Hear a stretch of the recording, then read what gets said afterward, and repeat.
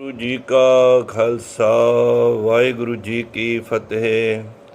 ਸਤਨਾਮ ਸ੍ਰੀ ਵਾਹਿਗੁਰੂ।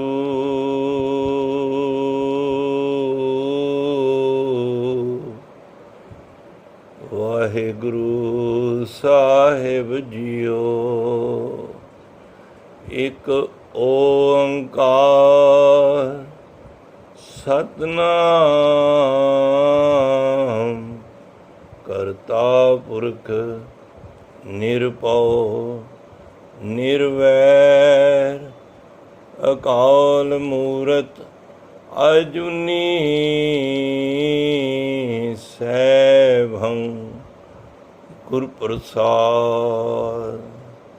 ਤੂੰ ਸੁਲਤਾਨ ਕਹਾਂ ਹੋਮੀਆਂ ਤੇਰੀ ਕਮਨ ਵਡਾਈ। ਜੋ ਤੂੰ ਦੇ ਸੋ ਕਹਾ ਸੁਆਮੀ ਮੈਂ ਮੂਰਖ ਕਹਿਣ ਨਾ ਜਾਈ। ਤੇਰੇ ਗੁਣ ਗਾਵਾਂ ਤੇਰੇ ਗੁਣ ਗਾਵਾਂ ਦੇਹ 부ਜਾਈ। जैसे सच में रहो रजाई। साजन तेरे चरण की होए रहा सद तूर।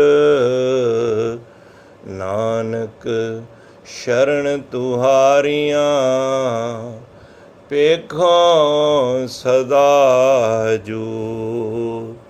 नानक शरण तुहारियां पेखों सदा हजूर। वाहिगुरु जी का खालसा वाहिगुरु जी की फतेह। परम सत्कारयोग गुरु प्यारी गुरु रूप साध संगत जीओ। सारे माई भाई आप बहुत वड्डे भागां वाले हो। ਅੰਮ੍ਰਿਤ ਵੇਲੇ ਦੀ ਸੰਭਾਲ ਕਰਦੇ ਹੋਏ ਸਤਿਗੁਰੂ ਦੀ ਅੰਮ੍ਰਿਤਮਈ ਬਾਣੀ ਨਾਲ ਜੁੜ ਕੇ ਆਪਣੇ ਜੀਵਨ ਦੇ ਮਨੋਰਥ ਨੂੰ ਸਫਲਾ ਕਰ ਰਹੇ ਹੋ। ਇਹ ਉੱਚੇ ਭਾਗਾਂ ਦੀ ਨਿਸ਼ਾਨੀ ਹੈ। ਗੁਰੂ ਸਾਹਿਬ ਬਖਸ਼ਿਸ਼ ਕਰਨ।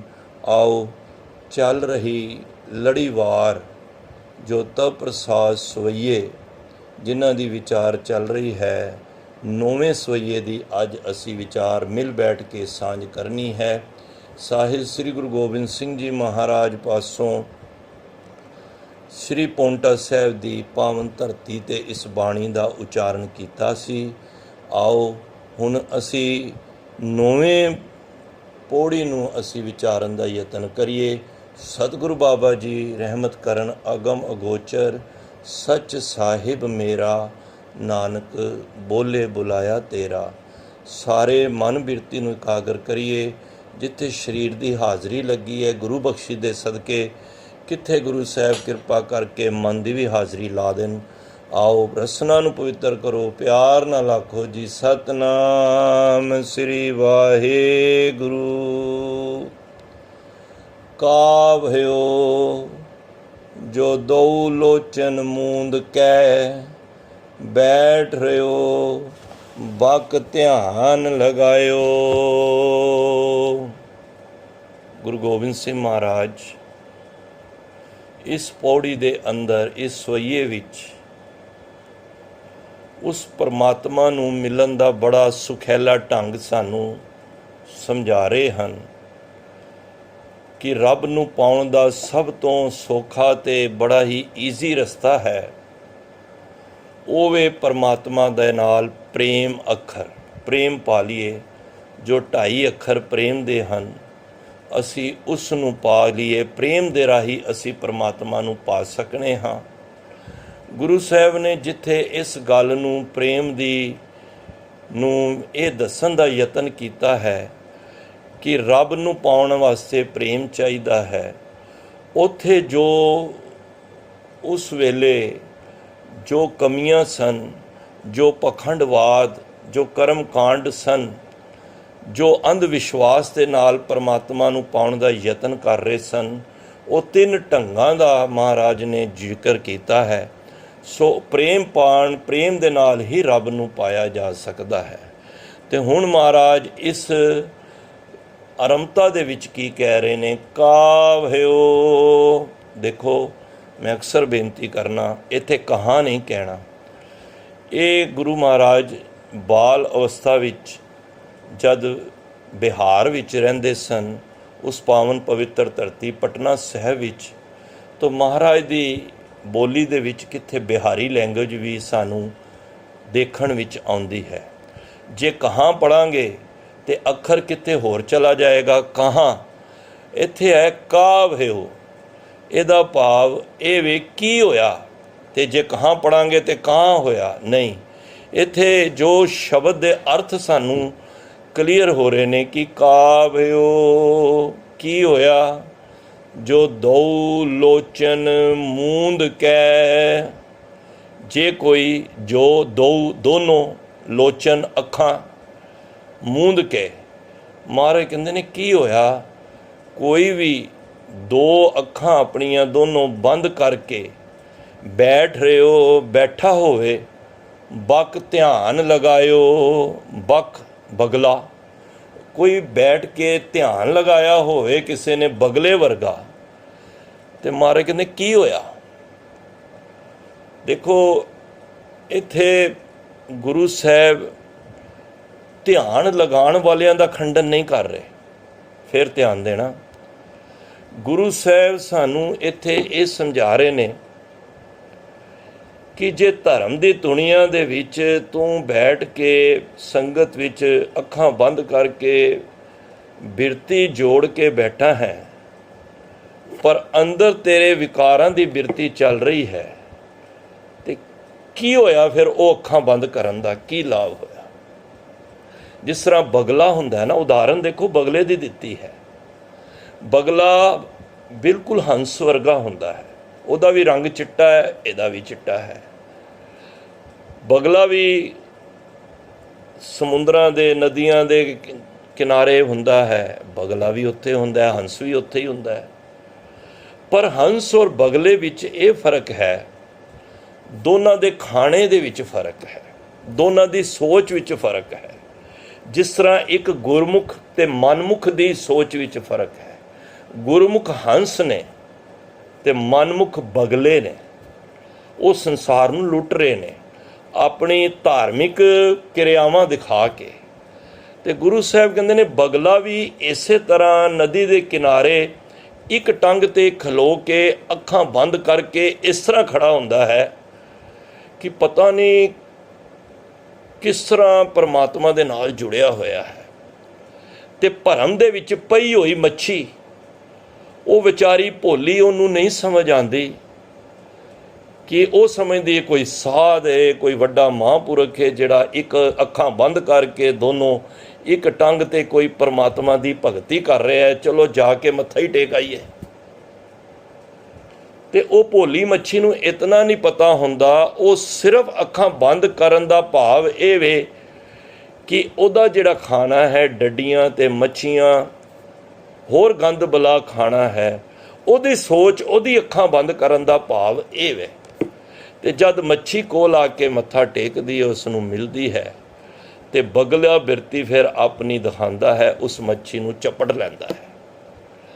ਗੁਰੂ ਸਾਹਿਬ ਬਗਲੇ ਵਾਸਤੇ ਇੱਕ ਉਦਾਹਰਨ ਦੇ ਕੇ ਸਾਨੂੰ ਸਮਝਾ ਰਹੇ ਨੇ, ਸਿੱਖਾ ਕਿ ਰੇ ਤੂੰ ਧਿਆਨ ਤੇ ਸੰਗਤ ਵਿੱਚ ਜਾਂ ਘਰ ਬੈਠੇ ਇਸ ਤਰ੍ਹਾਂ ਦਾ ਧਿਆਨ ਤੇ ਲਾ ਕੇ ਤੂੰ ਤੇ ਨਹੀਂ ਚੱਲ ਰਿਹਾ। ਕਿ ਰੇ ਤੂੰ ਵੀ ਠੱਗੀ, ਬੇਈਮਾਨੀ, ਵਿਕਾਰ ਤੇਰੇ ਅੰਦਰ ਉਹ ਬਗਲੀ ਬਿਰਤੀ ਤੇ ਨਹੀਂ ਚੱਲ ਰਹੀ।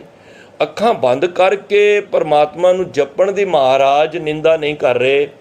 ਅੱਖਾਂ ਬੰਦ ਕਰਕੇ ਧਿਆਨ ਲਾ ਕੇ ਗੁਰੂ ਸਾਹਿਬ ਨਿੰਦਾ ਨਹੀਂ ਕਰ ਰਹੇ। ਗੁਰੂ ਸਾਹਿਬ ਸਿਰਫ ਇਹ ਸਮਝਾ ਰਹੇ ਨੇ, ਸਿੱਖਾ ਜੇ ਕਿੱਥੇ ਅੱਖਾਂ ਬੰਦ ਨਹੀਂ ਤੇ ਧਿਆਨ ਵੀ ਗੁਰੂ ਵੱਲ ਲਾ ਲੈ। ਕਿੱਥੇ ਮੱਛੀ ਵੱਲ ਧਿਆਨ ਨਾ ਹੋਵੇ ਜਿਸ ਤਰ੍ਹਾਂ ਬਗਲੇ ਦਾ ਹੈ, ਤੇਰਾ ਵੀ ਧਿਆਨ ਕਿਧਰੇ ਵਿਕਾਰਾਂ ਵੱਲ ਤੇ ਜਾਂ ਹੋਰ ਕਿਸੇ ਨੂੰ ਪ੍ਰਭਾਵਿਤ ਕਰਕੇ ਉਹਦੇ ਕੋਲੋਂ ਮਾਇਆ ਠੱਗਣ ਦੀ ਤੇਰੇ ਵਿੱਚ ਉਹ ਬਿਰਤੀ ਨਾ ਹੋਵੇ। ਇੱਕ ਸ਼ਬਦ ਆਉਂਦਾ, ਕਾਹੇ ਕੋ ਕੀਜੇ ਧਿਆਨ ਜਪਨਾ। ਉਸ ਧਿਆਨ ਜਪਣ ਦਾ ਕੀ ਫਾਇਦਾ ਹੈ ਜਬ ਤੇ ਸੁਧ ਨਾ ਹੀ ਮਨ ਆਪਣਾ। ਜੇ ਤੇਰਾ ਮਨ ਹੀ ਸ਼ੁੱਧ ਨਹੀਂ ਹੈ, ਉਸ ਧਿਆਨ ਲਾਉਣ ਦਾ ਕੀ ਫਾਇਦਾ ਹੈ। ਤਾਂ ਗੁਰੂ ਸਾਹਿਬ ਸਾਨੂੰ ਬੜਾ ਹੀ ਸੌਖੇ ਤਰੀਕੇ ਨਾਲ ਸਮਝਾ ਰਹੇ ਨੇ। ਕਹਿੰਦੇ ਨੇ ਕਿ ਮੈਂ ਜਾਣਿਆ ਵੱਡ ਹੰਸ ਹੈ ਤਾਂ ਮੈਂ ਕੀਆ ਸੰਗ। ਕਹਿੰਦੇ ਜਕਦ ਮੈਂ ਸੋਚਿਆ ਚੱਲ ਇਹ ਬੜਾ ਗੁਰਮੁਖ ਹੈ, ਨਾਮ ਜਪਣ ਵਾਲਾ ਹੈ, ਚੱਲ ਜਾ ਕੇ ਇਹਦਾ ਸੰਗ ਹੀ ਕਰ ਲਈਏ। ਤੇ ਕੀ ਹੋਇਆ? ਕਹਿੰਦੇ ਜੇ ਜਾਣਾ ਬੱਗ ਬੱਪੜਾ ਤਾਂ ਜਨਮ ਨਾ ਦੇਂਦੀ ਅੰਗ। ਮੈਨੂੰ ਪਤਾ ਹੁੰਦਾ ਜੇ ਇਹ ਹੰਸ ਨਹੀਂ ਹੈ, ਬਗਲਾ ਹੈ ਅੰਦਰੋਂ, ਤੇ ਮੈਂ ਇਹਦਾ ਸਾਥ ਹੀ ਨਾ ਕਰਦਾ। ਤਾਂ ਹੀ ਅਸੀਂ ਰੋਜ਼ ਅਰਦਾਸ ਵਿੱਚ ਬੁੱਧੀਜੀਵੀਆਂ ਨੇ, ਸਾਡੇ ਸਤਿਕਾਰਯੋਗ ਉਹ ਹਸਤੀਆਂ ਨੇ ਸਾਡੇ ਵਾਸਤੇ ਅਰਦਾਸ ਵਿੱਚ ਇਹੀ ਅਖੀਰ ਵਿੱਚ ਮੰਗਿਆ ਹੈ, ਸਹੀ ਪਿਆਰੇ ਮੇਲ ਜਿੰਨਾ ਮਿਲਿਆ ਤੇਰਾ ਨਾਮ ਚਿਤਾਵੇ। ਜਿੱਥੇ ਚੰਗਿਆਂ ਦਾ ਸੰਗ ਹੋਵੇ ਉੱਥੇ ਮਾੜਿਆਂ ਤੋਂ ਅਸੀਂ ਬਚੀਏ ਵੀ। ਕਬੀਰ ਸਾਕਤ ਸੰਗ ਨਾ ਕੀਜੀਏ, ਦੂਰੈ ਜਾਈਏ ਭਾਗ, ਬਾਸਨ ਕਾਰੋ ਪਰਸਈਏ ਤੋ ਕੱਛ ਲਾਗੇ ਦਾਗ। ਜਿੱਥੇ ਗੁਰੂ ਸਾਹਿਬ ਕਹਿੰਦੇ ਨੇ ਚੰਗਿਆਂ ਦਾ ਸੰਗ ਕਰਨਾ ਹੈ, ਉੱਥੇ ਮਾੜਿਆਂ ਵਾਸਤੇ ਵੀ ਅਰਦਾਸ ਕਰੋ, ਇਹਨਾਂ ਦੇ ਨਾਲ ਮੇਰਾ ਮੇਲ ਨਾ ਹੋਵੇ। ਧਿਆਨ ਲਾਣਾ ਗੁਰੂ ਸਾਹਿਬ, ਮੈਂ ਪਹਿਲਾਂ ਕਿਹਾ, ਮਾੜੀ ਗੱਲ ਨਹੀਂ ਹੈ। ਜਦੋਂ ਮਹਾਰਾਜ ਜਗਨਨਾਥਪੁਰੀ ਦੇ ਵਿੱਚ ਗਏ ਨਾ, ਤੇ ਇੱਕ ਪੰਡਤ ਜੀ ਇਸ ਤਰ੍ਹਾਂ ਹੀ ਧਿਆਨ ਲਾ ਕੇ ਬੈਠੇ ਸਨ। ਬੜੀ ਸੰਗਤ ਸੀ, ਅੱਖਾਂ ਬੰਦ ਸਨ, ਧਿਆਨ ਸਨ। ਪਦਮ ਆਸਨ, ਪਦਮ ਲੋਲ ਆਸਨ ਦੇ ਵਿੱਚ ਬੈਠਾ ਸੀ ਤੇ 3 ਲੋਕਾਂ ਦੀਆਂ ਗੱਲਾਂ ਕਰ ਰਿਹਾ ਸੀ। ਤੇ ਸਾਰੇ ਪ੍ਰਭਾਵਿਤ ਹੋ ਕੇ 3 ਲੋਕਾਂ ਦੀਆਂ ਗੱਲਾਂ ਸੁਣ ਰਹੇ ਸਨ। ਤੇ ਸਾਹਮਣੇ ਉਹਨੇ ਇੱਕ ਲੋਟਾ ਭਾਂਡਾ ਰੱਖਿਆ ਸੀ। ਜਿਹੜਾ ਆਂਦਾ ਸੀ ਉਹਦੇ ਵਿੱਚ ਦਕਸ਼ਨਾ ਪਾਉਂਦਾ ਸੀ, ਉਹਦੇ ਅੰਦਰ ਭੇਟਾ ਦਾਨ ਦਿੰਦਾ ਸੀ। ਗੁਰੂ ਨਾਨਕ ਪਾਤਸ਼ਾਹ ਜਦ ਉਸ ਪਾਵਨ ਪਵਿੱਤਰ ਸਥਾਨ 'ਤੇ ਜਦੋਂ ਮਹਾਰਾਜ ਦੇ ਚਰਨ ਪਏ, ਕਹਿੰਦੇ ਨੇ ਉਹ ਥਾਨ ਸੁਹਾਵਾ ਪਵਿੱਤ ਹੈ ਜਿੱਥੇ ਸੰਤ ਸਭਾ। ਜਿੱਥੇ ਬਾਬਾ ਪੈਰ ਧਰੇ ਪੂਜਾ ਆਸਣ ਥਾਪਣ ਸੁਆ। ਉਹ ਵੀ ਧਰਤੀ ਪੂਜਣ ਯੋਗ ਹੋ ਜਾਂਦੀ ਹੈ ਜਿੱਥੇ ਮੇਰੇ ਬਾਬੇ ਨੇ ਪੈਰ ਆਪਣਾ ਚਰਨ ਰੱਖੇ ਨੇ। ਧਰਤੀ ਤਾਂ ਪਵਿੱਤਰ ਹੋਈ ਕਿ ਗੁਰੂ ਸਾਹਿਬ ਪਹਿਲਾਂ ਪਵਿੱਤਰ ਨਹੀਂ ਸੀ, ਪਰ ਜਦੋਂ ਗੁਰੂ ਦੇ ਚਰਨ ਪਏ ਉਹ ਧਰਤੀ ਪਵਿੱਤਰ ਹੋਈ।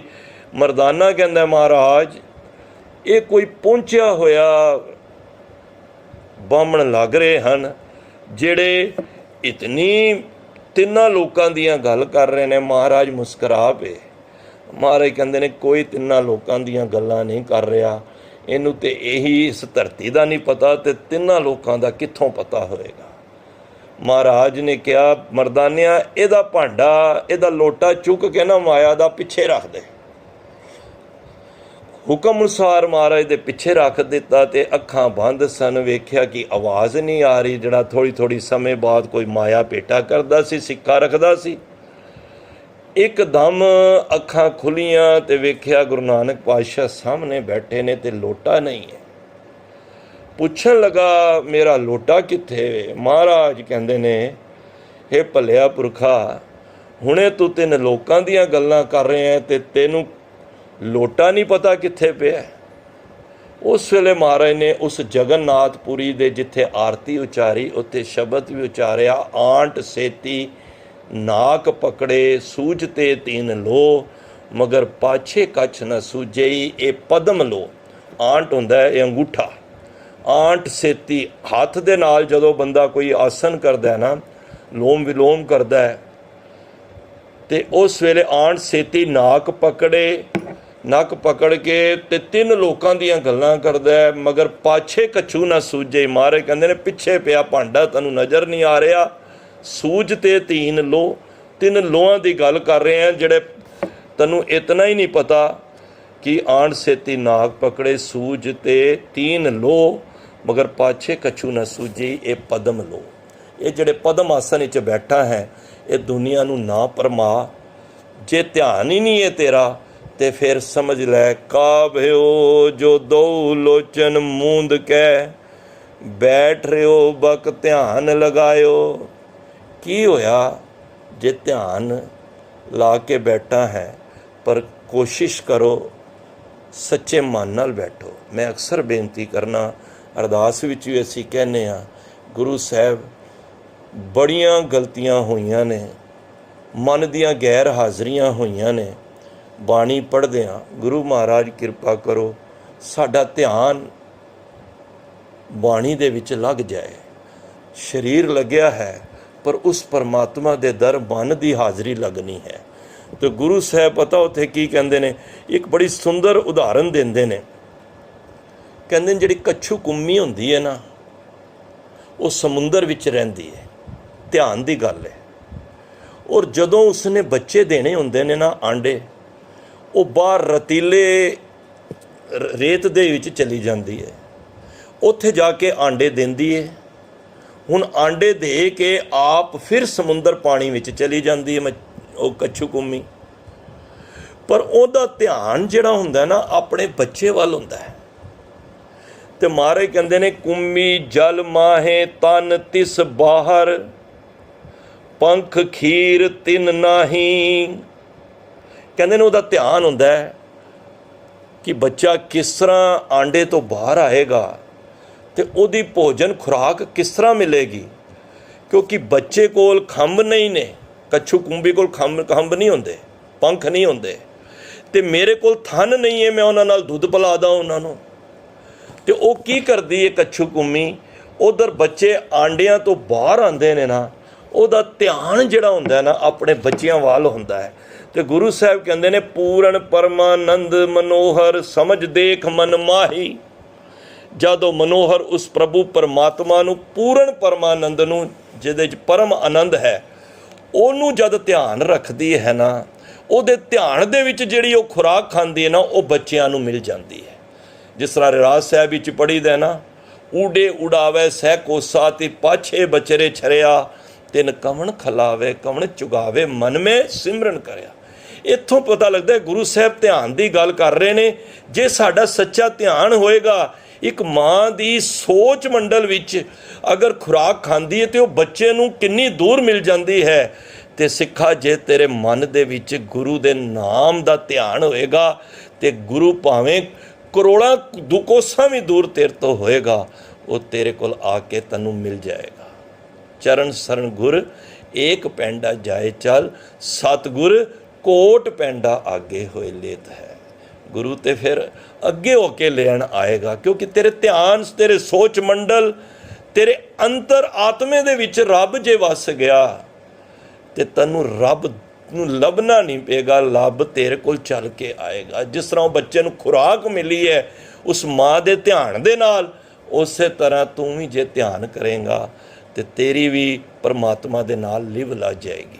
ਤਾਂ ਗੁਰੂ ਸਾਹਿਬ ਕਹਿੰਦੇ ਨੇ, ਧਿਆਨ ਬਗਲੇ ਵਾਲਾ ਨਹੀਂ, ਧਿਆਨ ਲਗਾਉਣਾ ਹੀ ਤੇ ਲਗਾਉਣਾ ਹੈ ਤੇ ਫਿਰ ਤੂੰ ਹੰਸ ਵਰਗਾ ਲਗਾ, ਤੂੰ ਗੁਰਮੁਖ ਬਣ, ਮਨਮੁਖ ਨਹੀਂ। ਤੇ ਦੂਜੀ ਪੰਕਤੀ ਵਿੱਚ ਮਹਾਰਾਜ ਇੱਕ ਹੋਰ ਉਦਾਹਰਨ ਦਿੰਦੇ ਨੇ। ਇੱਕ ਹੋਰ ਫਿਰਕੇ ਲੋਕ ਹਨ, ਨਾਹਤ ਫਿਰਿਓ ਲੀਏ ਸਾਤ ਸਮੁੰਦਰਨ, ਲੋਕ ਗਇਓ ਪਰ ਲੋਕ ਗਵਾਇਓ। ਇੱਥੇ ਨਾਤ ਨਹੀਂ ਪੜਨਾ, ਨਾਹਤ, ਪੈਰੇ ਤੇ ਨੰਨੇ ਦੇ ਪੈਰਾਂ ਤੇ ਛੋਟਾ ਹਾਹਾ ਹੈ। ਨਾਹਤ ਭਾਵ ਕਿ ਨਾਂਦੇ ਫਿਰਦੇ ਨੇ ਕਿੱਥੇ ਕਿੱਥੇ ਲੀਏ ਸਾਤ ਸਮੁੰਦਰਨ, ਕਈ ਸੱਤਾਂ ਸਮੁੰਦਰ, ਭਾਵ ਕਿ ਜਿੰਨੇ ਵੀ ਇਹ ਧਾਰਮਿਕ 68 ਤੀਰਥ ਮੰਨੇ ਗਏ ਨੇ, 8 ਤੇ 60 68 ਤੀਰਥ, ਤੇ 68 ਤੀਰਥਾਂ ਦਾ ਕੋਈ ਮਹਾਰਾਜ ਕਹਿੰਦੇ ਨੇ ਨਹਾਉਂਦਾ ਫਿਰੇ, ਇਸ਼ਨਾਨ ਕਰ ਲੇ। ਪਰ ਜੇ ਮਨ ਦੇ ਵਿੱਚ ਕਪਟ ਹੈ, ਮਨ ਵਿੱਚ ਚੋਰ ਹੈ, ਮਨ ਬੇਈਮਾਨ ਹੈ, ਮਹਾਰਾਜ ਕਹਿੰਦੇ ਨੇ ਲੋਕ ਗਿਓ, ਲੋਕ ਦੇ ਇਸ ਸੰਸਾਰ ਦੇ ਵਿੱਚ ਜੀਂਦਿਆਂ ਜੀ ਤੇਰੇ ਸਾਰੇ ਸੁੱਖ ਵੀ ਚਲੇ ਗਏ, ਤੈਨੂੰ ਸੁੱਖ ਨਹੀਂ ਮਿਲੇਗਾ। ਪਰਲੋਕ ਗਵਾਇਓ, ਜਿੱਥੇ ਜਾਣਾ ਹੈ ਉਹ ਵੀ ਤੂੰ ਗਵਾ ਲੇਗਾ। ਭਾਵ ਕਿ ਤੀਰਥਾਂ ਤੇ ਇਸ਼ਨਾਨ ਕਰਕੇ ਮਹਾਰਾਜ ਕਹਿੰਦੇ ਨੇ ਰੱਬ ਨੂੰ ਨਹੀਂ ਪਾਇਆ ਜਾ ਸਕਦਾ। ਰੋਜ਼ ਪੜ੍ਹਨੇ ਆ ਸੁਖਮਣੀ ਸਾਹਿਬ ਵਿੱਚ, ਸੋਚ ਕਰੇ ਦਿਨਸ ਅਰ ਰਾਤ, ਮਹਾਰਾਜ ਕਹਿੰਦੇ ਨੇ ਦਿਨ ਰਾਤ ਨਹਾਉਂਦਾ ਫਿਰਦਾ, ਇਸ਼ਨਾਨ ਕਰਦਾ ਫਿਰਦਾ ਹੈ। ਸੋਚ ਕਰੇ ਦਿਨਸ ਅਰ ਰਾਤ, ਮਨ ਕੀ ਮੈਲ ਨਾ ਤਨ ਤੇ ਜਾਤ, ਇਸ ਦੇਹੀ ਕੋ ਬੋ ਸਿਮਰੇ ਦੇਵ ਸੋ ਦੇਹੀ ਪਾ। ਮਹਾਰਾਜ ਕਹਿੰਦੇ ਨੇ ਇਸ ਦੇਹੀ ਕੋ ਬੋ ਸਾਧਨਾ ਕਰੇ, ਮਨ ਤੇ ਕਬੂ ਨਾ ਵਿਖਿਆ ਟਰੇ। ਸਰੀਰ ਧੋਣ ਦੇ ਨਾਲ ਮਨ ਦੀ ਪਵਿੱਤਰਤਾ ਨਹੀਂ ਹੁੰਦੀ। ਤੁਸੀਂ ਹੁਣ ਇਸ਼ਨਾਨ ਕਰਕੇ ਬੈਠੇ ਹੋ, ਤੁਸੀਂ ਸੋਚੋ ਮੇਰਾ ਮਨ ਪਵਿੱਤਰ ਹੋ ਗਿਆ ਜਾਂ ਮੈਂ ਇਸ਼ਨਾਨ ਕਰਕੇ ਬੈਠਾ, ਮਨ ਪਵਿੱਤਰ ਹੋ ਗਿਆ। ਮਹਾਰਾਜ ਕਹਿੰਦੇ ਨਹੀਂ, ਇਹ ਤਾਂ ਸਰੀਰ ਦੀ ਸੁੱਚਤਾ ਵਾਸਤੇ ਤੁਸੀਂ ਇਸ਼ਨਾਨ ਕੀਤਾ ਹੈ, ਤਾਂ ਕਿ ਤੁਹਾਡਾ ਸਰੀਰ ਤੰਦਰੁਸਤ ਰਵੇ, ਤੁਹਾਡੇ ਅੰਦਰੋਂ ਸਮੈਲ ਨਾ ਆਵੇ, ਜਿਹੜਾ ਤੁਹਾਡੇ ਨਾਲ ਬੈਠੇ ਉਹ ਵੀ ਅੱਛਾ ਮਹਿਸੂਸ ਕਰੇ। ਕਿਉਂਕਿ ਮਹਾਰਾਜ ਤੇ ਰੋਜ਼ ਕਹਿੰਦੇ ਨੇ ਕਰ ਇਸ਼ਨਾਨ, ਅੱਗੋਂ ਕੀ ਕਹਿੰਦੇ ਨੇ, ਸਿਮਰ ਪ੍ਰਭ ਆਪਣਾ। ਤੇ ਅਸੀਂ ਨਹਾਣਾ ਹੈ, ਅੰਦਰ ਦਾ ਇਸ਼ਨਾਨ ਕਰਨਾ ਹੈ, ਅੰਤਰਗਤ ਤੀਰਥ ਮਲ ਨਹਾਓ, ਅੰਦਰ ਦਾ ਇਸ਼ਨਾਨ ਕਰਨਾ ਹੈ। ਉਹ ਕਿੱਥੇ ਖਾਸ ਜਗ੍ਹਾ ਤੇ ਨਹੀਂ ਇਸ਼ਨਾਨ ਹੁੰਦਾ। ਅਗਰ ਤੁਸੀਂ ਕੋ ਪਿੰਡੇ ਨੂੰ ਧੋ ਕੇ ਸੁੱਚਾ ਕਰਕੇ ਮੈਂ ਪਵਿੱਤਰ ਹੋ ਜਾਵਾਂਗਾ, ਤੇ ਇਹ ਭੁਲੇਖਾ ਅਸੀਂ ਕੱਢ ਦਈਏ। ਮਹਾਰਾਜ ਕਹਿੰਦੇ ਨੇ ਸੁੱਚੇ ਇਹ ਨਾ ਆਖੀਏ ਬਹਿਣ ਜੇ ਪਿੰਡਾ ਧੋਏ, ਸੁੱਚੇ ਸਹੀ ਨਾਨਕਾ ਜਿਨ ਮਨ ਵਸਿਆ ਸੋਏ। ਸੁੱਚਾ ਤੇ ਉਹ ਵੇ, ਪਵਿੱਤਰ ਤੇ ਉਹ ਵੇ। ਭਾਵੇਂ ਤੂੰ 68 ਤੀਰਥਾਂ ਦੇ ਇਸ਼ਨਾਨ ਕਰ ਲੈ, ਪਵਿੱਤਰ ਨਹੀਂ ਹੋ ਸਕਦਾ ਜਦ ਤੱਕ ਤੇਰਾ ਮਨ ਪਵਿੱਤਰ ਨਹੀਂ ਹੈ। ਤਾਂ ਗੁਰੂ ਸਾਹਿਬ ਇੱਥੇ ਇਹੀ ਸਮਝਾ ਰਹੇ ਨੇ, ਅੰਤਰ ਮੈਲ, ਜੇ ਅੰਦਰ ਤੇਰੇ ਮੈਲ ਹੈ, ਅੰਤਰ ਮੈਲ ਜੇ ਤੀਰਥ ਨਾ ਆਵੇ। ਹੁਣ ਮੇਰੇ ਅੰਦਰ ਮੈਲ ਹੈ, ਮੈਂ ਜਾ ਕੇ ਤੀਰਥਾਂ ਤੇ ਨਾ ਰਿਹਾ, ਤਿਸ ਬੈਕੁੰਠ ਨਾ ਜਾਣਾ। ਉਹ ਮਾਰੇ ਕਹਿੰਦੇ ਨੇ ਉਹ ਬੈਕੁੰਠ ਨੂੰ ਥੋੜ੍ਹਾ ਜਾਣ ਪਾਏਗਾ। ਕਿਉਂ? ਕਿਉਂਕਿ ਲੋਕ ਪਤੀਨੇ ਕੱਛੂ ਨਾ ਹੋਵੇ, ਨਾ ਇਹ ਰਾਮ ਇਆਣਾ। ਮੈਂ ਲੋਕਾਂ ਨੂੰ ਤੇ ਪਤਿਆ ਲਾਂਗਾ, ਲੋਕਾਂ ਨੂੰ ਤੇ ਖੁਸ਼ ਕਰ ਲਵਾਂਗਾ, ਲੋਕ ਤੇ ਮੇਰੀ ਵਾਹ ਵਾਹ ਕਰਨਗੇ, ਬਈ ਹਰ ਮਹੀਨੇ ਦਰਬਾਰ ਸਾਹਿਬ ਜਾਂਦਾ ਹੈ, ਹਰ ਮਹੀਨੇ ਫਲਾਣੀ ਜਗ੍ਹਾ 'ਤੇ ਜਾਂਦਾ ਹੈ, ਇੱਕ ਪੂਰਨਮਾਸ਼ੀਆਂ 'ਤੇ ਜਾਂਦਾ ਹੈ, ਇਸ਼ਨਾਨ ਕਰਦਾ ਹੈ, ਹਰ ਇਤਵਾਰ ਨੂੰ ਬੰਗਲਾ ਸਾਹਿਬ ਇਸ਼ਨਾਨ ਕਰਦਾ ਹੈ। ਪਰ ਜੇ ਮਹਾਰਾਜ ਕਹਿੰਦੇ ਨੇ ਲੋਕ ਪਤੀਨੇ ਕੱਛੂ ਨਾ ਹੋਵੇ, ਇਸ਼ਨਾਨ ਕਰਨਾ ਮਾੜਾ ਨਹੀਂ ਹੈ। ਜੇ ਲੋਕਾਂ ਨੂੰ ਦਿਖਾਉਣ ਵਾਸਤੇ ਕਰ ਰਿਹਾ ਹੈ, ਮਹਾਰਾਜ ਕਹਿੰਦੇ ਨੇ ਲੋਕ ਪਤੀਨੇ ਕੱਛੂ ਨਾ ਹੋਵੇ, ਨਾਹੇ ਰਾਮ ਇਆਣਾ। ਤੇ ਮਹਾਰਾਜ ਫਿਰ ਕਿਹੜਾ ਇਸ਼ਨਾਨ ਹੈ? ਮਹਾਰਾਜ ਕਹਿੰਦੇ ਨੇ ਪੂਜੋ ਰਾਮ ਏਕ ਹੀ ਦੇਵਾ, ਇੱਕ ਪਰਮਾਤਮਾ ਦੇ ਨਾਮ ਨੂੰ ਜਪ, ਸਾਚਾ ਨਹਾਵਣ ਗੁਰ ਕੀ ਸੇਵਾ। ਸੱਚਾ ਨਹਾਣਾ ਪਤਾ ਕੀ ਹੈ? ਗੁਰੂ ਦੀ ਸੇਵਾ ਹੈ। ਤੇ ਗੁਰੂ ਦੀ ਸੇਵਾ ਕੀ ਹੈ? ਗੁਰ ਕੀ ਸੇਵਾ ਸ਼ਬਦ ਵਿਚਾਰ। ਇਹ ਜਿਹੜੀ ਵਿਚਾਰ ਅਸੀਂ ਸੁਣ ਰਹੇ ਹਾਂ, ਕਰ ਰਹੇ ਹਾਂ, ਗੁਰੂ ਦੀ ਬਾਣੀ ਪੜ੍ਹ ਰਹੇ ਹਾਂ, ਇਹੀ ਸੱਚੀ ਵਿਚਾਰ ਹੈ, ਇਹੀ ਸੱਚੀ ਸੇਵਾ ਹੈ। ਸਾਚਾ ਨਹਾਵਣ ਗੁਰ ਕੀ ਸੇਵਾ। ਮਹਾਰਾਜ ਨੇ ਫਿਰ ਉਦਾਹਰਨ ਦਿੱਤਾ, ਜਲ ਕੇ ਮੱਜਨ ਜੇ ਗਤ ਹੋਵੇ, ਨਿਤ ਨਿਤ ਮੈਂਡਕ ਨਹਾਵੇ। ਜੇ ਨਹਾਉਣ ਦੀ ਗੱਲ ਹੁੰਦੀ ਨਾ, ਤੇ ਮੈਂਡਕ ਰਹਿੰਦਾ ਹੀ ਪਾਣੀ ਵਿੱਚ ਡੱਡੂ। ਜਲ ਕੇ ਮੱਜਨ ਜੇ ਗਤ ਹੋਵੇ, ਜੇ ਗਤ ਹੋਣੀ ਹੁੰਦੀ ਨਿਤ ਨਿਤ ਮੈਂਡਕ ਨਹਾਵੇ। ਮਹਾਰਾਜ ਕਹਿੰਦੇ ਨੇ ਜੈਸੇ ਮੈਂਡਕ ਤੈਸੇ ਓਏ ਨਰ, ਫਿਰ ਜੋਨੀ ਆਵੇ। ਜਿਵੇਂ ਮੈਂਡਕ ਬਾਰ-ਬਾਰ ਜੋਨੀਆਂ ਵਿੱਚ ਆਉਂਦਾ ਨਾ, ਤੇ ਤੂੰ ਜੇ ਤੀਰਥਾਂ ਦੇ ਇਸ ਤਰ੍ਹਾਂ ਇਸ਼ਨਾਨ ਕਰੀ ਜਾ ਰਿਹਾ ਹੈ ਸਿੱਖਾ, ਤੂੰ ਵੀ ਫਿਰ ਬਾਰ-ਬਾਰ ਜੋਨੀਆਂ ਦੇ ਵਿੱਚ ਆਉਂਦਾ ਰਹੇਗਾ। ਤੇ ਗੁਰੂ ਸਾਹਿਬ ਇੱਥੇ ਕਹਿ ਰਹੇ ਨੇ, ਦਾਹਤ ਫਿਰਿਓ ਲੀਏ ਸਾਤ ਸਮੁੰਦਰਨ, ਲੋਕ ਗਇਓ ਪਰ ਲੋਕ ਗਵਾਇਓ।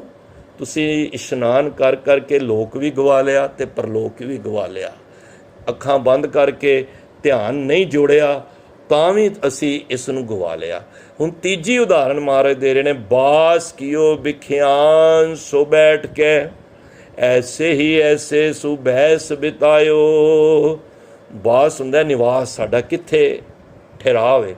ਕੀਓ ਬਿਖਿਆਨ, ਹਰ ਵੇਲੇ ਸਾਡੇ ਵਿਖਿਆਨ ਭਾਵ ਕਿ ਵਿਸ਼ਿਆਂ ਵਿਕਾਰਾਂ ਦੇ ਵਿੱਚ। ਇੱਕ ਸ਼ਬਦ ਪੜ੍ਹਦੇ ਹੋ ਨਾ, ਤੁਹਾਨੂੰ ਜੈਨ ਵਿੱਚ ਹੋਣਾ ਹੈ, ਭਗਤ ਰਵਿਦਾਸ ਜੀ ਦਾ, ਮੇਰੀ ਸੰਗਤ ਪੋਚ ਸੋਚ ਦਿਨ ਰਾਤੀ, ਮੇਰਾ ਕਰਮ ਕੁਟਲਤਾ ਜਨਮ ਕੁੰਭਾਤੀ, ਰਾਮ ਗੁਸਈਆਂ ਜੀ ਕੇ ਜੀਵਨਾ ਮੋਏ ਨਾ ਵਿਸਾਰੋ, ਮੈਂ ਜਨ ਤੇਰਾ। ਮੇਰੀ ਸੰਗਤ, ਮੇਰੀ ਸੋਚ ਨਿਤ ਦੀ ਮਾੜੀ ਹੈ। ਮੈਂ ਹਰ ਵੇਲੇ ਇਹੀ ਮਾੜਾ ਹੀ ਸੋਚਦਾ ਰਹਿਣਾ। ਮਹਾਰਾਜ ਕਹਿੰਦੇ ਬਾਸ ਮੇਰਾ ਨਿਵਾਸ ਕਿਤੇ ਵਿਖਿਆਨ ਵਿਸ਼ਿਆਂ ਵਿਕਾਰਿਆਂ ਸੋ ਬੈਠ ਕੇ, ਸਾਰਾ ਦਿਨ ਮੈਂ ਵਿਸ਼ੇ ਵਿਕਾਰਿਆਂ ਦੇ ਨਾਲ ਐਸੇ ਮਾੜਿਆਂ ਦੀ ਸੰਗਤ ਕਰਦਾ ਰਹਿਣਾ। ਮਹਾਰਾਜ ਕਹਿੰਦੇ ਨੇ ਐਸੇ ਹੀ ਐਸੇ, ਇਸ ਤਰ੍ਹਾਂ ਹੀ ਇਹ ਕਹਿ ਕੇ ਬੈਸ ਬਿਤਾਇਓ, ਮੇਰਾ ਜੀਵਨ ਵਿਅਰਥ ਜਾ ਰਿਹਾ ਹੈ। ਦੇਖੋ ਕਿੰਨੀ ਮਹਾਰਾਜ ਨੇ ਗੱਲ ਕਹੀ ਹੈ। ਸਾਡਾ ਸਾਰਾ ਧਿਆਨ ਇੱਕ ਜਗ੍ਹਾ ਤੇ ਕਬੀਰ ਸਾਹਿਬ ਕਹਿੰਦੇ ਨੇ, ਪਰ ਧਨ ਪਰ ਤਨ ਪਰਤੀ ਨਿੰਦਾ, ਪਰ ਅਪਵਾਦ ਨਾ ਛੁੱਟੇ। ਹਰ ਵੇਲੇ ਮੇਰਾ ਧਿਆਨ ਪਰਾਏ ਦੇ ਧਨ ਵਾਸਤੇ, ਬਈ ਫਲਾਣੇ ਰਿਸ਼ਤੇਦਾਰ ਕੋਲ ਇੰਨਾ ਧਨ ਹੈ, ਫਲਾਣੇ ਸੰਗੀ ਕੋਲ ਇੰਨਾ ਧਨ ਹੈ, ਪਰਾਏ ਧਨ ਵੱਲ ਵੇਖ ਕੇ ਮੈਂ ਲੋਭ ਵਿੱਚ ਰਹਿੰਦਾ ਹੋਇਆ ਬਸ ਇਹੀ ਵਿਕਾਰਾਂ ਦੇ ਵਿੱਚ, ਇਹੀ ਸੰਕਿਆਂ ਦੇ ਵਿੱਚ ਜੀ ਰਿਹਾ। ਪਰ ਤਨ ਪਰਾਏ ਦਾ ਰੂਪ ਦੇਖ ਕੇ ਮਨ ਵਿੱਚ ਵਿਸ਼ੇ ਵਿਕਾਰ ਪੈਦਾ ਕਰੀ ਜਾ ਰਿਹਾ। ਪਰਤੀ ਨਿੰਦਾ ਔਰ ਦੂਜੇ ਦੀ ਨਿੰਦਾ ਦੇ ਵਿੱਚ ਗਲਤਾਨ ਹੋ ਕੇ ਪਰ ਅਪਵਾਦ ਨਾ ਛੂਟੇ। ਪਰ ਇਸ ਤਰ੍ਹਾਂ ਇਹ ਵਿਕਾਰਾਂ ਤੋਂ ਮੈਨੂੰ, ਝਗੜੇ ਤੋਂ, ਇਸ ਤੋਂ ਮੇਰੇ ਕੋਲ ਛੁਟਕਾਰਾ ਨਹੀਂ ਹੋ ਰਿਹਾ। ਆਵਾਗਮਨ ਹੋਤ ਹੈ ਫੁਨ ਫੁਨ, ਇਸੇ ਕਾਰਨ ਮੇਰਾ ਆਵਾਗਮਨ ਦਾ ਗੇੜ ਬਣਿਆ। ਇਹ ਪ੍ਰਸੰਗ ਨਾ ਟੂਟੇ। ਜੇਕਰ ਕਥਾ ਹੋਤ ਹਰ ਸੰਤਨ ਕੀ, ਇੱਕ ਨਿਮਖ ਨਾ ਕੀਨੋ ਮੈਂ ਫੇਰਾ।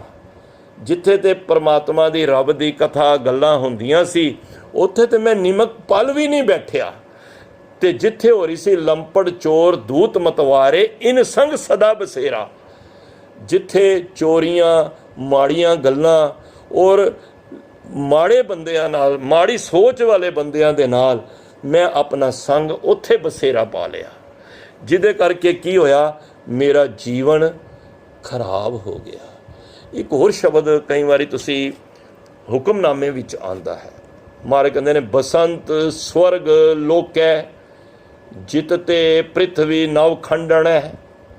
ਕਹਿੰਦੇ ਨੇ ਇਸ ਧਰਤੀ ਦੇ ਉੱਤੇ ਭਾਵੇਂ ਸਾਰੀ ਕੋਈ ਧਰਤੀ ਨੂੰ ਜਿੱਤ ਲੇ, ਔਰ ਜਿੱਤਣ ਤੋਂ ਬਾਅਦ ਐਸੇ ਸਵਰਗ ਲੋਕ ਵਿੱਚ ਵੀ ਵਸਦਾ ਹੋਵੇ ਬੰਦਾ ਕੋਈ, ਪਰ ਜੇ ਪ੍ਰਭੂ ਪਰਮਾਤਮਾ ਦਾ ਨਾਮ ਨਹੀਂ ਜਪ ਰਿਹਾ, ਬਿਸਰੰਤ ਅਗਰ ਉਹਨੂੰ ਹਰ ਗੋਪਾਲੇ, ਉਸ ਪ੍ਰਭੂ ਪਰਮਾਤਮਾ ਨੂੰ ਜੇ ਵਿਸਾਰ ਦਿੱਤਾ ਹੈ, ਤਾਂ ਮਾਨਕ ਪਾਤਸ਼ਾਹ ਕਹਿੰਦੇ ਨਾਨਕ ਤੇ ਪ੍ਰਾਣੀ ਉਦਿਆਨ ਭਰਮਣ ਹੈ। ਉਹ ਸਮਝ ਲਓ ਸੰਸਾਰ ਦੇ ਵਿੱਚ ਇੱਕ ਜੰਗਲ ਦੇ ਵਿੱਚ ਭਟਕ ਰਿਹਾ ਹੁੰਦਾ ਨਾ ਬੰਦਾ, ਉਵੇਂ ਉਸ ਦੀ ਹਾਲਤ ਹੈ। ਕੋਤਕ ਕੋਟ ਤਮਾਸਿਆ ਚਿਤ ਨਾ ਆਵਸ ਨਾਓ। ਇਹ ਰੰਗ ਤਮਾਸ਼ਿਆਂ ਦੇ ਵਿੱਚ, ਮਾਇਆ ਦੇ ਵਿੱਚ ਖਚਤ ਹੋ ਕੇ ਮਹਾਰਾਜ ਕਹਿੰਦੇ ਨੇ ਉਸ ਪਰਮਾਤਮਾ ਦਾ ਤੇ ਨਾਮ ਜਪਿਆ ਹੀ ਨਹੀਂ। ਤੇ ਹੋਇਆ ਕਿ ਨਾਨਕ ਕੋੜੀ ਨਰਕ ਬਰਾਬਰ ਹੈ। ਮਹਾਰਾਜ ਕਹਿੰਦੇ ਨੇ ਉਹ ਕੋੜ ਦਾ ਮਰੀਜ਼ ਸਮਝੋ, ਨਰਕ ਬਰਾਬਰ ਉਹ ਨਰਕ ਭੋਗ ਰਿਹਾ। ਤੁਹਾਨੂੰ ਦੇਖਣ ਹੀ ਚੰਗਾ ਲੱਗ ਰਿਹਾ ਕਿ ਉਹਨੇ ਪ੍ਰਿਥਵੀ ਜਿੱਤੀ ਹੋਈ ਹੈ, ਉਹ ਤੇ ਸਵਰਗ ਵਿੱਚ ਰਹਿ ਰਿਹਾ। ਮਹਾਰਾਜ ਕਹਿੰਦੇ ਨੇ ਨਹੀਂ, ਜੇ ਉਸ ਪਰਮਾਤਮਾ ਨੂੰ ਵਿਸਾਰ ਦਿੱਤਾ ਹੈ ਨਾ, ਵਿਸ਼ੇ ਵਿਕਾਰਾਂ ਵਿੱਚ ਗਲਤਾਨ ਹੋਇਆ ਪਿਆ, ਤੇ ਨਾਨਕ ਕੋੜੀ ਨਰਕ ਬਰਾਬਰੇ ਉਜੜ ਸੋਈ ਥਾਂ। ਉਹ ਫਿਰ ਸਮਝੋ ਕਿ ਉਸ ਉਜਾੜ ਦੀ ਥਾਂ ਤੇ ਰਹਿ ਰਿਹਾ ਹੈ, ਨਾ ਕਿ ਸਵਰਗਾਂ ਦੇ ਵਿੱਚ ਲੈ ਰਿਹਾ। ਤਾਂ 3 ਉਦਾਹਰਨ ਮਹਾਰਾਜ ਨੇ ਦਿੱਤੇ ਹਨ। ਮੈਂ ਜ਼ਿਆਦਾ ਡਿਟੇਲ ਵਿੱਚ ਨਾ ਜਾਵਾਂ। ਇੱਕ, ਧਿਆਨ ਜਿਹੜਾ ਹੈ ਬਗਲੇ ਵਾਲਾ ਨਾ ਹੋਵੇ, ਇਸ਼ਨਾਨਾਂ 'ਤੇ ਜ਼ੋਰ ਨਾ ਹੋਵੇ। ਜਾਓ ਗੁਰੂ ਸਾਹਿਬ ਦੇ ਘਰ, ਪਰ ਉੱਥੇ ਰਸਤੇ ਵਿੱਚ ਗੁਰੂ ਸਾਹਿਬ ਦੀ ਉਸਤਤ ਕਰਦੇ, ਨਾਮ ਜਪਦੇ ਜਪਾਉਂਦੇ, ਇਹੀ ਸਾਡਾ ਤੀਰਥ ਹੈ। ਤੀਰਥ ਨਹਾਉਣ ਜਾਓ, ਤੀਰਥ ਨਾਮ ਹੈ। ਇਹ ਤੁਸੀਂ ਜਪ ਰਹੇ ਹੋ ਨਾ, ਇਹ ਵੀ ਤੀਰਥ ਹੀ ਹੈ। ਰਾਮਦਾਸ ਸਰੋਵਰ ਨਹਾਤੇ ਸਭ ਉਤਰੇ ਪਾਪ ਕਮਾਤੇ। ਰਾਮਦਾਸ, ਉਸ ਰਾਮ ਦੇ ਦਾਸਾਂ ਦੀ ਸਿਫਤਾਂ ਦੇ ਵਿੱਚ ਜੁੜਨਾ ਹੀ ਉਸ ਦਾ ਇਸ਼ਨਾਨ ਹੈ। ਹੁਣ ਸਾਰੇ ਥੋੜ੍ਹਾ ਗੁਰੂ ਰਾਮਦਾਸ ਜੀ ਦੇ ਦਰ 'ਤੇ ਜਾ ਕੇ ਇਸ਼ਨਾਨ ਕਰ ਸਕਦੇ ਨੇ, ਕੋਈ ਵਰਲਡ ਵਿੱਚ ਕਿੱਥੇ ਬੈਠਾ ਹੈ, ਪਰ ਉਸ ਦਾ ਧਿਆਨ ਰੱਖ ਕੇ ਉਹਦੀ, ਗੁਰੂ ਰਾਮਦਾਸ ਪਾਤਸ਼ਾਹ ਦੀ ਜਾਂ ਪਰਮਾਤਮਾ ਦੇ ਉਸ ਪਿਆਰਿਆਂ ਦੀ, ਪਰਮਾਤਮਾ ਦੀ ਸਿਫਤਾਂ ਦੇ ਵਿੱਚ ਜੁੜੋਗੇ ਤੇ ਸਮਝ ਲੈਣਾ ਉਹ ਵੀ ਪਰਮਾਤਮਾ ਦੇ ਘਰ ਦਾ ਇਸ਼ਨਾਨ ਕਰ ਰਿਹਾ ਹੈ। ਤੀਰਥ ਇਸ਼ਨਾਨ ਅਸੀਂ ਘਰ ਬੈਠੇ ਵੀ ਕਰ ਸਕਨੇ ਹਾਂ। ਗੁਰੂ ਸਾਹਿਬ ਨੇ ਇਹ ਨਹੀਂ ਕਿਹਾ ਕਿ ਜਿਹੜਾ ਹਰਿਮੰਦਰ ਸਾਹਿਬ ਆ ਕੇ ਇਸ਼ਨਾਨ ਨਹੀਂ ਕਰੇਗਾ ਉਹਦਾ ਬਾਕੀ ਉਹਦਾ ਮੰਨਿਆ ਹੀ ਨਹੀਂ ਜਾਏਗਾ ਤੀਰਥ। ਨਹੀਂ ਭਾਈ, ਤੂੰ ਘਰ ਬੈਠੇ ਵੀ ਹਰਿਮੰਦਰ ਸਾਹਿਬ ਨੂੰ ਧਿਆਨ ਵਿੱਚ ਰੱਖ ਕੇ ਉਸ ਦੀ ਬਾਣੀ ਪੜ੍ਹ ਕੇ ਉਹ ਵੀ ਇਸ਼ਨਾਨ ਕਰ ਸਕਣਾ ਹੈ। ਤਾਂ ਦੂਜੇ ਤਰ੍ਹਾਂ ਦੇ ਇਸ ਤਰ੍ਹਾਂ ਦੇ ਵੀ ਸਰੀਰ ਸਨ। ਤਾਂ ਤੀਜੇ ਮਹਾਰਾਜ ਕਹਿੰਦੇ ਜੋ ਵਿਸ਼ੇ ਵਿਕਾਰਿਆਂ ਵਿੱਚ ਬੈਠ ਕੇ ਆਪਣੇ ਜਨਮ ਨੂੰ ਗਵਾ ਰਹੇ ਹਨ। ਹੁਣ ਮਹਾਰਾਜ ਫੈਸਲਾ ਦੇ ਰਹੇ ਨੇ, ਜੋ ਕਹਿ ਰਹੇ ਨੇ ਸਾਚ ਕਹੋ। ਮਹਾਰਾਜ ਕਹਿੰਦੇ ਮੈਂ ਸੱਚ ਕਹਿ ਰਿਹਾ, ਕੋਈ ਝੂਠ ਨਹੀਂ ਇਹਦੇ ਵਿੱਚ, ਕਿਸੇ ਤਰ੍ਹਾਂ ਦਾ ਕੋਈ ਭਰਮ ਵਹਿਮ ਨਹੀਂ, ਕੋਈ ਸ਼ੰਕਾ ਨਹੀਂ, ਕੋਈ ਡਾਊਟ ਨਹੀਂ ਹੈ। ਮਹਾਰਾਜ ਕਹਿੰਦੇ ਸਾਚ ਕਹੋ, ਮੈਂ ਬਿਲਕੁਲ ਸੱਚ ਕਹਿ ਰਿਹਾ। ਦੇਖੋ, ਜਦ ਗੁਰੂ ਗੋਬਿੰਦ ਸਿੰਘ ਮਹਾਰਾਜ ਆਪ ਗਰੰਟੀ ਲੈ ਰਹੇ ਨੇ, ਕਹਿ ਰਹੇ ਨੇ ਕਿ ਸੁਨ ਲੇਹੋ ਸਭੈ, ਸਾਰੇ ਦੁਨੀਆ ਦੀ ਖਲਕਤ ਹੈ, ਹਰ ਇੱਕ ਪ੍ਰਾਣੀ ਸੁਣ ਲਓ, ਭਾਵੇਂ ਕੋਈ ਹਿੰਦੂ ਹੈ, ਭਾਵੇਂ ਕੋਈ ਮੁਸਲਮਾਨ ਹੈ, ਭਾਵੇਂ ਸਿੱਖ ਹੈ, ਈਸਾਈ ਹੈ, ਪਰਸੀਅਨ ਹੈ, ਕਿਸੇ ਧਰਮ ਦੇ ਨਾਲ ਵੀ ਸੰਬੰਧਿਤ ਹੈ ਮਨੁੱਖ ਹੈ, ਉਹ ਸਾਰਿਆਂ ਵਾਸਤੇ ਇੱਕੋ ਹੀ ਉਪਦੇਸ਼ ਹੈ। ਇਹ ਨਹੀਂ ਕਿ ਇਹ ਸਾਡੇ ਸਿੱਖਾਂ ਵਾਸਤੇ ਹੈ, ਨਹੀਂ। ਮਹਾਰਾਜ ਕਹਿੰਦੇ ਸਾਚ ਕਹੋ, मैं सच कह रहा, सुन ले ओ सबै, जिन प्रेम कियो तिन ही प्रभ पायो। जिन्हां ने रब दे नाल प्रेम किया ਉਹੀ ਰੱਬ ਨੂੰ ਪਾ ਲਿਆ। ਬਾਕੀ ਜੇ ਰੱਬ ਦੇ ਨਾਲ ਪ੍ਰੇਮ ਹੀ ਨਹੀਂ ਹੈ ਤੇ ਸਾਧ ਸੰਗਤ ਜਿੰਨੇ ਮਰਜ਼ੀ ਅਸੀਂ ਗੁਣ ਗਾ ਲਈਏ, ਪਰ ਅੰਦਰ ਪ੍ਰੇਮ ਨਹੀਂ ਹੈ। ਗੱਲ ਤੇ ਪ੍ਰੇਮ ਦੀ ਹੈ। ਦੇਖੋ ਇੱਕ ਜਗ੍ਹਾ ਤੇ ਗੁਰੂ ਸਾਹਿਬ ਕਹਿੰਦੇ ਨੇ ਨਾ, ਸਾਡੇ ਵਰਗਿਆਂ ਵਾਸਤੇ ਵੀ, ਸਭ ਵਾਸਤੇ ਇਹੀ ਗੱਲ ਕਹੀ, ਕੋਈ ਗਾਵੇ ਰਾਗੀ ਨਾਦੀ ਬੇਦੀ ਬੋ ਭਾਂਤ ਕਰ, ਨਹੀਂ ਹਰ ਹਰ ਭੀਜੇ ਰਾਮ ਰਾਜੇ। ਜੇ ਕੋਈ ਰਾਗੀ ਵੀ, ਗਾਇਕ ਗਵਈਆ ਵੀ, ਕੋਈ ਵਿਚਾਰ ਕਰਨ ਵਾਲਾ ਵੀ, ਕੋਈ ਵੀ ਰੱਬ ਦੀ ਉਸਤਤ ਕਰਨ ਵਾਲਾ ਵੀ, ਕੋਈ ਗਾਵੇ ਰਾਗੀ ਨਾਦੀ, ਅਨੇਕ ਭਾਂਤਾਂ ਦੇ ਨਾਲ ਸੋਹਣੇ ਸੋਹਣੇ ਮੂੰਹ ਬਣਾ ਕੇ ਬੜੀ ਅੱਛੀ ਤਰ੍ਹਾਂ ਗਾਉਂਦਾ ਵੀ ਹੋਵੇ, ਪਰ ਮਹਾਰਾਜ ਕਹਿੰਦੇ ਨਹੀਂ ਹਰ ਹਰ ਭੀਜੇ ਰਾਮ ਰਾਜੇ। ਜੇ ਅੰਦਰੋਂ ਭੀਜਿਆ ਨਹੀਂ ਹੈ ਨਾ, ਤੇ ਮਹਾਰਾਜ ਕਹਿੰਦੇ ਨੇ ਜਿੰਨਾ ਅੰਤਰ ਕਪਟ ਵਿਕਾਰ ਹੈ। ਹੁਣ ਮੈਂ ਗਾ ਰਿਹਾ ਵਾਂ, ਅੰਦਰ ਮੇਰੇ ਵਿਕਾਟ ਚੱਲ ਰਹੇ ਨੇ। ਮਹਾਰਾਜ ਕਹਿੰਦੇ ਤਿੰਨਾ ਰੋਏ ਕਿਆ ਕੀਜੇ। ਮਹਾਰਾਜ ਕਹਿੰਦੇ ਨੇ ਉਹ ਗਾ ਨਹੀਂ ਰਿਹਾ, ਉਹ ਰੋ ਰਿਹਾ ਵੇ। ਹਰ ਕਰਤਾ ਸਭ ਕੁਛ ਜਾਣਦਾ, ਉਹ ਪਰਮਾਤਮਾ ਸਾਡੀ ਹਰ ਐਕਟੀਵਿਟੀ ਜਾਣਦਾ ਹੈ। ਜਾਣੇ ਬਿਰਤਾ ਸਭਾ ਮਨ ਕੀ, ਉਹ ਹਰ ਇੱਕ ਦੇ ਮਨਾਂ ਦੀ ਜਾਣਦਾ ਹੈ ਕਿ ਅਸੀਂ ਕਿੰਨੇ ਮਨ ਸ਼ੁੱਧ ਹੋ ਕੇ ਗਾ ਰਹੇ ਹਾਂ ਜਾਂ ਕਿੰਨੇ ਕਪਟੀ ਹੋ ਕੇ ਗਾ ਰਹੇ ਹਾਂ। ਹਰ ਕਰਤਾ ਸਭ ਕੁਛ ਜਾਣਦਾ, ਸਿਰ ਰੋਗ ਹੱਥ ਦੀਜੈ। ਮਹਾਰਾਜ ਕਹਿੰਦੇ ਨੇ ਜਿੰਨਾ ਨਾਨਕ ਗੁਰਮੁਖ ਹਿਰਦਾ ਸ਼ੁੱਧ ਹੈ, ਜਿਹਦਾ ਹਿਰਦਾ ਸ਼ੁੱਧ ਹੈ ਨਾ, ਹਰ ਭਗਤ ਹਰ ਲੀਜੈ, ਉਹੀ ਭਗਤੀ ਕਰਦੇ ਨੇ, ਉਹੀ ਪਰਮਾਤਮਾ ਦਾ ਨਾਮ ਲੈਂਦੇ ਨੇ। ਸਾਰੇ ਨਹੀਂ ਲੈਂਦੇ। ਭਾਵੇਂ ਤੂੰ ਸੋਚੇ ਮੈਂ ਪਰਮਾਤਮਾ ਨੂੰ ਪਾ ਲਿਆ ਹੈ, ਮੈਂ ਬੜੀ ਉੱਚੀ ਕੁਲ ਦਾ, ਮੇਰਾ ਬੜਾ ਨਾਮ ਹੈ। ਮਹਾਰਾਜ ਕਹਿੰਦੇ ਨੇ ਭਾਵੇਂ ਅਤ ਸੁੰਦਰ, ਕੁਲੀਨ, ਚਤੁਰ, ਮੁੱਖ ਗਿਆਨੀ, ਧਨਵੰਤ। ਦੇਖੋ ਉੱਚੀ ਕੁਲ ਦਾ ਵੀ ਹੋਵੇ, ਭਾਵੇਂ ਮੁੱਖੋਂ ਗਿਆਨ ਦੀਆਂ ਗੱਲਾਂ ਵੀ ਕਰਦਾ ਹੋਵੇ, ਔਰ ਚਤੁਰ ਵੀ ਹੋਵੇ, ਗਿਆਨੀ ਵੀ ਹੋਵੇ, ਪੈਸੇ ਵੱਲੋਂ ਵੀ ਧਨਵੰਤ ਹੋਵੇ। ਮਹਾਰਾਜ ਕਹਿੰਦੇ ਨੇ ਮਿਰਤਕ ਕਹੀਏ ਨਾਨਕਾ, ਜੇ ਪ੍ਰੀਤ ਨਹੀਂ ਭਗਵੰਤ। ਉਹਨੂੰ ਮ੍ਰਿਤਕ ਸਮਝੋ। ਭਾਵੇਂ ਜਿੰਨੀ ਮਰਜ਼ੀ ਉੱਚੀ ਕੁਲ ਦਾ ਹੈ, ਭਾਵੇਂ ਸਿਆਣਾ ਹੈ, ਭਾਵੇਂ ਚਤੁਰ ਹੈ, ਪਰ ਜੇ ਅੰਦਰ ਪ੍ਰੀਤ ਨਹੀਂ ਤੇ ਉਹਨੂੰ ਸਮਝੋ, ਜੇ ਪ੍ਰੀਤ ਨਹੀਂ ਭਗਵੰਤ, ਮਿਰਤਕ। ਉਹ ਮਿਰਤਕ ਕਿਹਾ ਉਸ ਨੂੰ। ਤਾਂ ਗੁਰੂ ਸਾਹਿਬ ਸਾਨੂੰ ਅੱਜ ਇਹੀ ਕਹਿ ਰਹੇ ਨੇ ਕਿ ਭਾਈ ਉਸ ਪਿਆਰੇ ਨਾਲ ਪ੍ਰੇਮ ਕਰੋ। ਕੋ ਕਬੀਰ ਭਗਤ ਕਰ ਪਾਇਆ, ਭੋਲੇ ਪਾਏ ਮਿਲੇ ਰਘੁਰਾਇਆ। ਰੱਬ ਨੂੰ ਪਾਉਣ ਦਾ ਇੱਕੋ ਹੀ ਤਰੀਕਾ ਹੈ। ਦੇਖੋ ਭਗਤਾਂ ਨੇ ਰੱਬ ਦੀ ਕਮਜ਼ੋਰੀ ਨੂੰ ਫੜ ਲਿਆ। ਭਗਤਾਂ ਨੇ ਵੇਖਿਆ ਸੰਸਾਰ ਨੂੰ ਇਸਨੇ ਸਾਰੇ ਨੂੰ ਮਾਇਆ ਮੋਹ ਦੇ ਵਿੱਚ ਪਾਇਆ ਹੈ, ਪਰ ਭਗਤਾਂ ਨੇ ਰੱਬ ਦੀ ਵੀ ਕਮਜ਼ੋਰੀ ਲੱਭ ਲਈ। ਉਹ ਸੀ ਪ੍ਰੇਮ ਦੀ। जब हम बांधे मोह फास, हम प्रेम बंधन तुम बांधे, अपने छूटन को जतन करो, हम छूटे तुम आराधे। ਕਹਿੰਦੇ ਤੂੰ ਤੇ ਮੋਹ ਮਾਇਆ ਦੇ ਫਾਈਆਂ ਦੇ ਵਿੱਚ ਰੱਬਾ ਸਾਰੇ ਸੰਸਾਰ ਨੂੰ ਫਸਾ ਲਿਆ, ਅਸੀਂ ਤੈਨੂੰ ਪ੍ਰੇਮ ਦੀ ਫਾਈ ਵਿੱਚ ਫਸਾ ਦਿੱਤਾ ਹੈ। ਹੁਣ ਤੂੰ ਆਪਣੇ ਛੁੱਟਣ ਦਾ ਯਤਨ ਕਰ। ਅਸੀਂ ਤੇ ਛੁੱਟ ਗਏ ਹਾਂ, ਤੂੰ ਹੁਣ ਮੋਹ ਦੀ ਫਾਈਆਂ ਦੇ ਵਿੱਚੋਂ ਨਹੀਂ ਛੁੱਟ ਸਕਦਾ। ਤੋ ਪਿਆਰਿਆਂ ਨੇ ਰੱਬ ਦੇ ਨਾਲ ਪਿਆਰ ਕੀਤਾ ਹੈ, ਔਰ ਜਿਨ੍ਹਾਂ ਨੇ ਵੀ ਪਿਆਰ ਕੀਤਾ ਹੈ ਨਾ, ਰੱਬ ਉਹਨਾਂ ਕੋਲ ਆਪ ਚੱਲ ਕੇ ਗਿਆ ਹੈ। ਮੈਂ ਕਈ ਵਾਰੀ ਇਤਿਹਾਸ ਪੜ੍ਹਨਾ ਨਾ, ਮੈਂ ਦੰਗ ਰਹਿ ਜਾਣਾ। ਮਹਾਰਾਜ ਗੁਰੂ ਨਾਨਕ ਪਾਤਸ਼ਾਹ ਤੁਸੀਂ ਧੰਨ ਹੋ, ਤੁਸੀਂ ਉਦਾਸੀਆਂ ਤੇ ਨਿਕਲੇ। ਪਹਿਲੀ ਉਦਾਸੀ ਵਿੱਚ ਹੀ ਤੁਸੀਂ ਕਿਧਰੇ ਨਹੀਂ ਗਏ। ਤੁਸੀਂ ਭਾਈ ਲਾਲੋ ਦੇ ਘਰ ਅਹਿਮਦਾਬਾਦ ਉਹਦੇ ਘਰ ਗਏ। ਕਿਉਂ? ਅੱਜ ਕੱਲ੍ਹ ਤੇ ਸਾਧ ਕੀ ਹੁੰਦੇ ਨੇ, ਵੱਡੀਆਂ ਕੋਠੀਆਂ ਦੇਖਦੇ ਨੇ, ਏਸੀ ਲੱਗਿਆ ਹੋਵੇ, ਰਾਤੀ ਆਰਾਮ ਹੋਵੇ, ਮਾਇਆ ਮਿਲੇ। ਗੁਰੂ ਨਾਨਕ ਪਾਤਸ਼ਾਹ ਤੁਸੀਂ ਧੰਨ ਹੋ। ਤੁਸੀਂ ਮਲਕ ਭਾਗੋ ਦੇ 36 ਪ੍ਰਕਾਰ ਦੇ ਬਣੇ ਹੋਏ ਭੋਜਨਾਂ ਨੂੰ ਠੁਕਰਾ ਕੇ ਤੁਸੀਂ ਉਸ ਝੁੱਗੀ ਦੇ ਵਿੱਚ, ਕਾਨਿਆਂ ਦੀ ਬਣੀ ਝੁੱਗੀ, ਇੱਕ ਤਰਖਾਣ ਛੋਟਾ ਜਿਹਾ, ਭਾਈ ਲਾਲੋ ਗਰੀਬੜਾ ਸਿੱਖ, ਤੁਸੀਂ ਉਹਦੇ ਘਰ ਜਾ ਕੇ ਚਰਨ ਪਾ ਦਿੱਤੇ। ਕਿੰਨਾ ਤੁਹਾਡਾ ਪਿਆਰ! ਕਿਉਂ? ਇਹ ਪਿਆਰ ਦੀ ਖੇਡ ਹੈ। ਭਾਈ ਲਾਲੋ ਦਿਲੋਂ ਪਿਆਰ ਕਰਦਾ ਸੀ, ਤੇ ਮਲਕ ਭਾਗੋ ਦਿਖਾਵੇ ਦਾ ਪਿਆਰ ਸੀ। ਲੋਕ ਪਤੀਨੇ ਕੱਛੂ ਨਾ ਹੋਵੇ, ਨਾਹੇ ਰਾਮ ਇਹ ਆਣਾ। ਰੱਬ ਇਹ ਆਣਾ ਨਹੀਂ ਹੈ। ਰੱਬ ਤੇ ਸੁਗੜ ਸੁਜਾਨ ਹੈ। ਜਿਸ ਕਾ ਤਨ ਮਨ ਧਨ ਸਭ ਤਿਸ ਕਾ, ਸੋਈ ਸੁਗੜ ਸੁਜਾਨੀ। ਤਿਨ ਹੀ ਸੁਣਿਆ ਦੁੱਖ ਸੁਖ ਮੇਰਾ, ਤੋ ਬਿਦ ਨਿੱਕੀ ਖਟਾਣੀ। ਅਸੀਂ ਰੱਬ ਨੂੰ ਸੁਗੜ ਸਮਝਿਆ ਹੀ ਨਹੀਂ।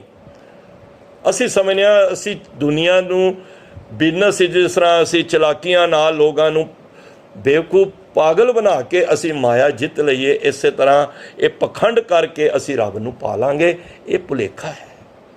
ਰੱਬ ਨੂੰ ਜਿੰਨੇ ਪਾਇਆ ਨਾ, ਉਹਨੇ ਪ੍ਰੇਮ ਕਰਕੇ ਪਾਇਆ ਹੈ।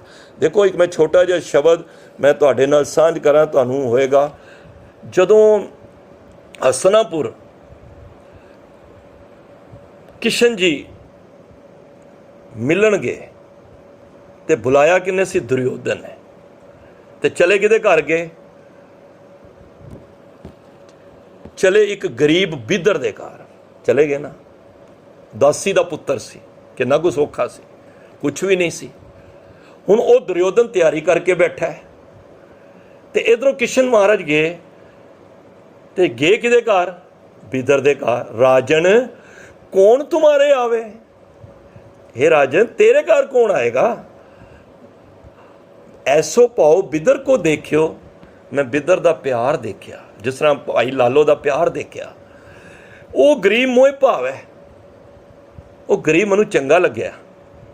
दुर्योधन है तू भी इंसान है, इंसान वो भी है, पर वो प्रेम दा भुखा सी। तू माया दा भुखा है। मैं तेरे को आया वा, मैं बिदर को आया वा। मैं तेरे को कौन आ रहा है? तेरे को तो कोई आया नहीं। तू मत सोच में कि मैं तेरे को आया। तैयारी तू जरूर की है। हस्ती देख भरम ते पूला, श्री भगवान ना जानिया। वो अपनी हस्ती वेख के ना, मैं बड़ा वड्डा उच्चा वा ते मेरे घर भगवान रब आएगा ही आएगा। वो तो भरम विच सी कि मेरे को इन्ने ने वड्डे महल ने, दासियां ने, मेरे को एहलकार ने, मेरे को रथ ने, घोड़े ने, मैं तो बड़ा धनवंत हाँ, मेरे घर आएगा। पर वो किशन उधर नहीं गए, चले गए बिदर के घर। तुमरो दूध बिदर को पानो। कहने लगे तेरा दूध है ना जेड़ा, ते बिदर दा पानी वो वधिया है।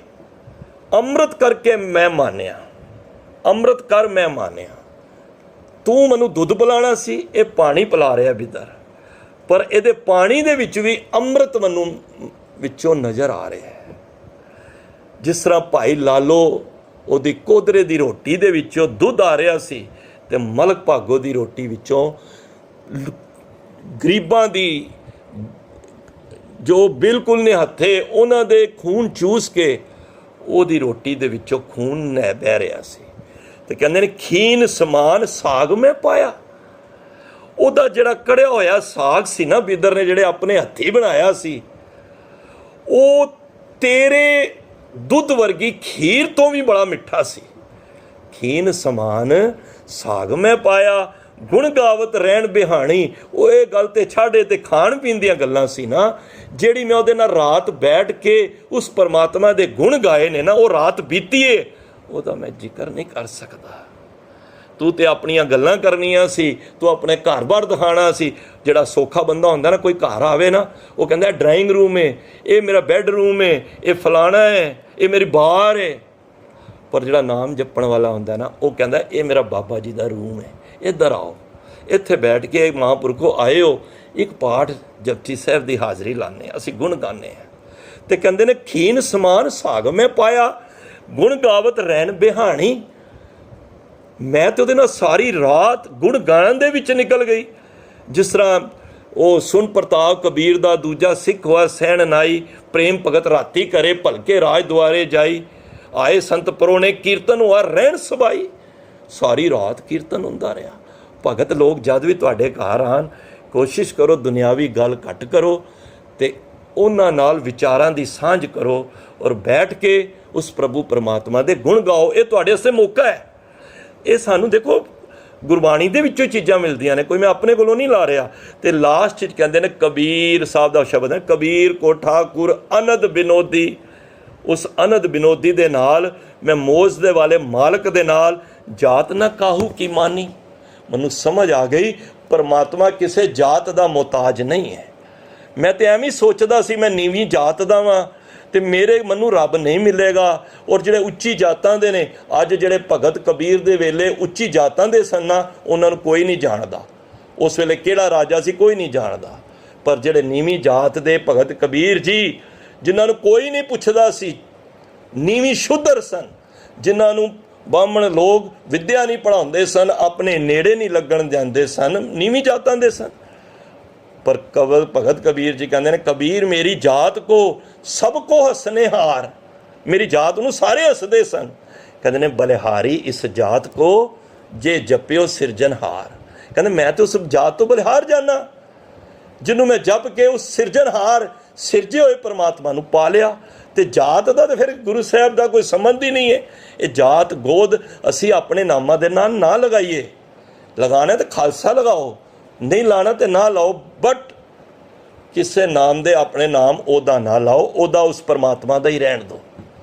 असी परमात्मा दे बनाए जीव हाँ।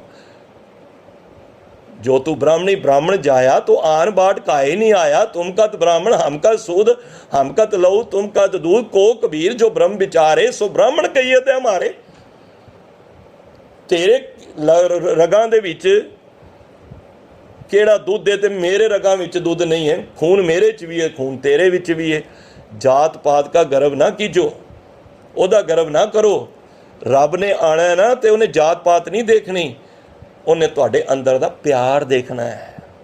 मैं पहला क्या आरंभता ही 4 उदासियां दी भाई लालो दे घरों होई, तो महाराज ने जात पात दा एक कोड पहले ही सानू कढ़ दिता, सा जात सा पत जेहे कर्म कमाए। तो गुरु साहब इत्थे इस तरह की गल कर रहे हैं, भाई रब नूं पाना जे तो बड़ा ही सौखा तरीका है। ये पखंड करके कर्म कांड करके रब नूं नहीं पाया जा सकता, नहीं पाया जा सकता।